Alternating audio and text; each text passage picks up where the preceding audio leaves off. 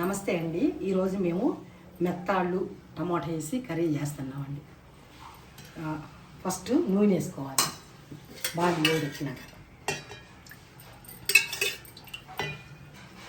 కొంచెం non veg వాటికి oil పట్టుద్దండి. బాగా దగ్గరికి వచ్చేదాకా కూర బాగా ఇచ్చేసుకోవాలి. 2 ఉల్లిపాయలు పెద్ద పెద్దవి కోసి 4 పచ్చిమిరపకాయల మధ్యలో కట్ చేసి పెట్టుకొని, అది ఇంతనే లెక్క ఏం లేదండి.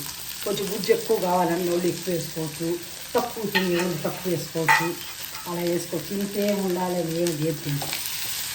దీనిలో ఉప్పు పసుపు వేస్తాను మగ్గు. ఇప్పుడు ఎండు చేపలు మంచిగా అంటున్నారు కదండి. అయినా ఎప్పుడు చికెన్లు అవి తినేటప్పుడు తినేవాళ్ళు ఎండు చేపలు తినేవాళ్ళు చక్కగా చేసుకోవచ్చు.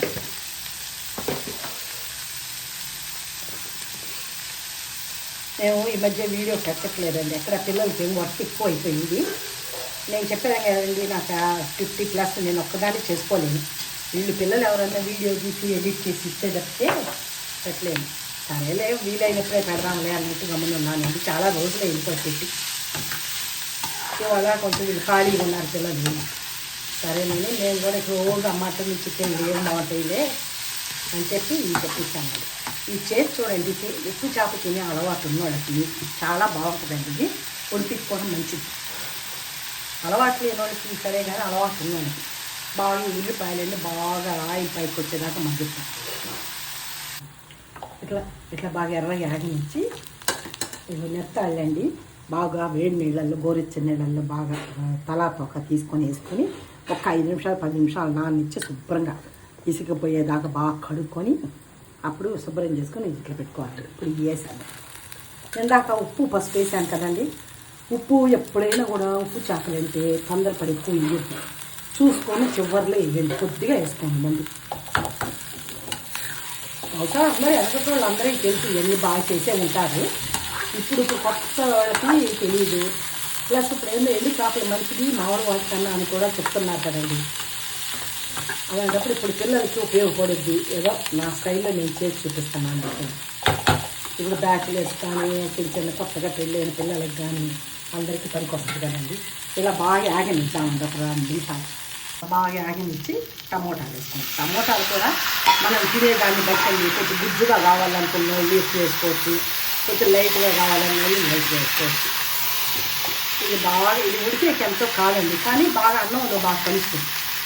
బాగా ఇప్పుడు టమోటాలు కూడా మంచిగా రావట్లేదండి. ఈ టమోటాలు కూడా ఏదో లావుగా ఉన్నాయి, నాకేం పెద్దగా అసలు కానీ తప్పదుగా. ఇలా బాగా సిమ్లో పెట్టి గుజ్జంతా ఇచ్చినాక కొద్దిగా నీళ్ళు పోసుకుందామండి. మెత్తాలు కొంచెం ఉడికేటట్టు కొద్దిగా నీళ్ళు పోసుకుందాం. ఇలా బాగా మగ్గనిచ్చండి టమోటాలు అవి. అప్పుడు కొద్దిగా ఎక్కువ అక్కర్లేదు, కొంచెంగా మెత్తాలే చిన్నవి కదండి, బాగా కొద్దిగా వేసుకొని దీనిలో కారం కూడా వేసుకుంటే బాగా ముక్కగా పట్టుతుంది. లాస్ట్లో మనం ఉప్పు కానీ కారం కానీ చూసుకొని వేసుకోవచ్చు. ఇప్పుడు మనకి వేసేసుకొని ఇప్పుడు చెప్పాక మీకు ఉప్పు చేపలు కాబట్టి ఇప్పుడే ఉప్పు దబక్కిన ఎక్కువ వేయబాకండి. ఇట్లా బాగా కలిపి ఉడకనియండి. ఇక బాగా ఆయిల్ పైకి వచ్చేది ఆగనిచ్చి అప్పుడు ఉప్పు కారం టేస్ట్ చూసుకొని వేసుకోవచ్చు. ఇట్లా బాగా దగ్గరికి రానిచ్చి ఉప్పు కారం నోట్ వేసుకొని చూసుకొని సారపతి వేసుకోవచ్చండి. మాకు సరిపోయి కొద్దిగా కారం తక్కువ ఉంటే నేను కారం వేసుకున్నాను, సరిపోయింది. దీన్ని ఇంకా ఆఫ్ చేసేసి బౌల్లోకి తీసుకొని దీనికి ఒక ఏమి మసాలా ఏమి అక్కర్లా, ప్లెయిన్గా ఉంటుంది. చక్కగా తినచ్చు.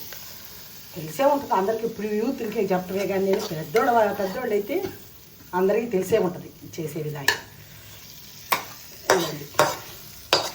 ఇదండి ఈరోజు మా కర్రీ మెత్తాళ్ళు టమోటా. మా ఛానల్ అండి నానమ్మ చేతిరుచులు.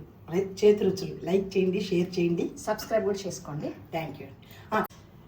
ఒకసారి చేసుకొని తిని కామెంట్స్ పెట్టండి. ఎవరెవరు తింటారో, అసలు ఇప్పుడు ఈ రోజుల్లో ఇది ఎవరెవరు తింటారో కామెంట్స్ పెట్టండి.